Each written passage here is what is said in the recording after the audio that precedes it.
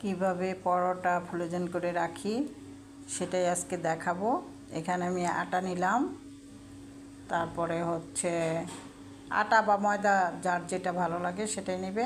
আর এখানে গুঁড়া দুধ দিচ্ছি, আর এখানে লবণ দিয়েছি, তৈল সয়াবিন তৈল যেটা রান্নার, ওটা 4 টেবিল চামচ দিয়েছি।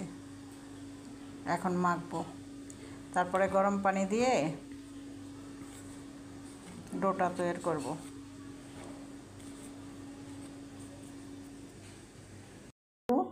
চিনি দিয়ে দিব স্বাদের জন্য, মানে স্বাদ হবে। এই যে অল্প চিনি দিয়ে দিলাম।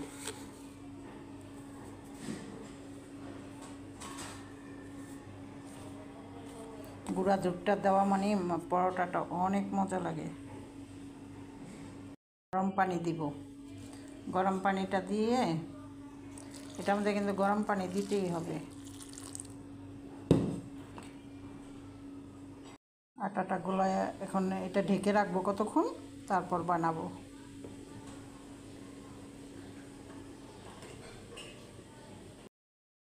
পরোটার জন্য কর্নফ্লাওয়ার আর তৈল দিয়েই করছি এই ব্যাটারটা। এটা পরোটার ভিতরে দিতে হয়, ভিতরে দিয়ে নিচ্ছি। এখন পরোটাটা ভাজ করে বানাবো। এখানে বানিয়ে তুলছি।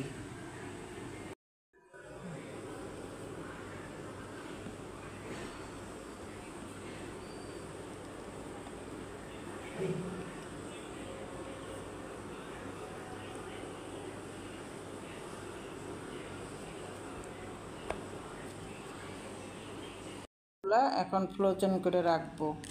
এই যে আমি পরোটা এইভাবে রেখে দেই, পরে একটা একটা বের করে ভেজে খাই।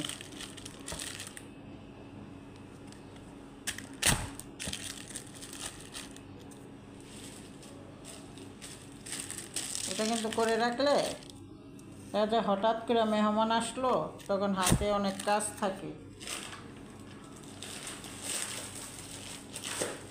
এইভাবেই রেখে দিলে আবার ভাজার সময় চাপ করে উঠে যায়, কিন্তু আমি যখন ভাজবো তখন এখান থেকে উঠে উঠে ভাজতে পারবো। পরোটা একটু বড়ই বানাইছি, কারণ আমরা 1 পিস করে পরোটা খাই, তো তাতে একটু বড় বানাইলে এই একটা পিসই হয়ে যায়।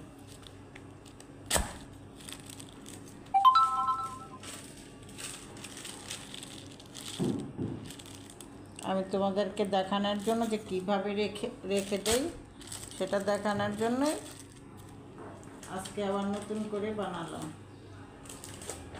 তোমাদের কাছে কেমন লাগলো সবাই কিন্তু আমার কমেন্ট বক্সে জানিয়ে যাবা। আমি এইভাবে রুটিও রাখি, ফ্রোজেন করে রেখে দিলাম।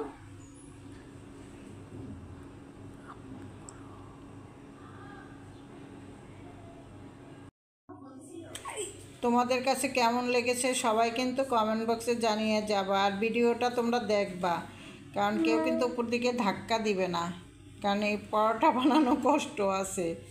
তোমরা সুন্দর করে দেখবে, তাহলে আমার সার্থক হবে বানানোটা। আমি রুটি ওইভাবে বানিয়ে রাখি, আর পরোটাটা ওইভাবে বানিয়ে রাখি।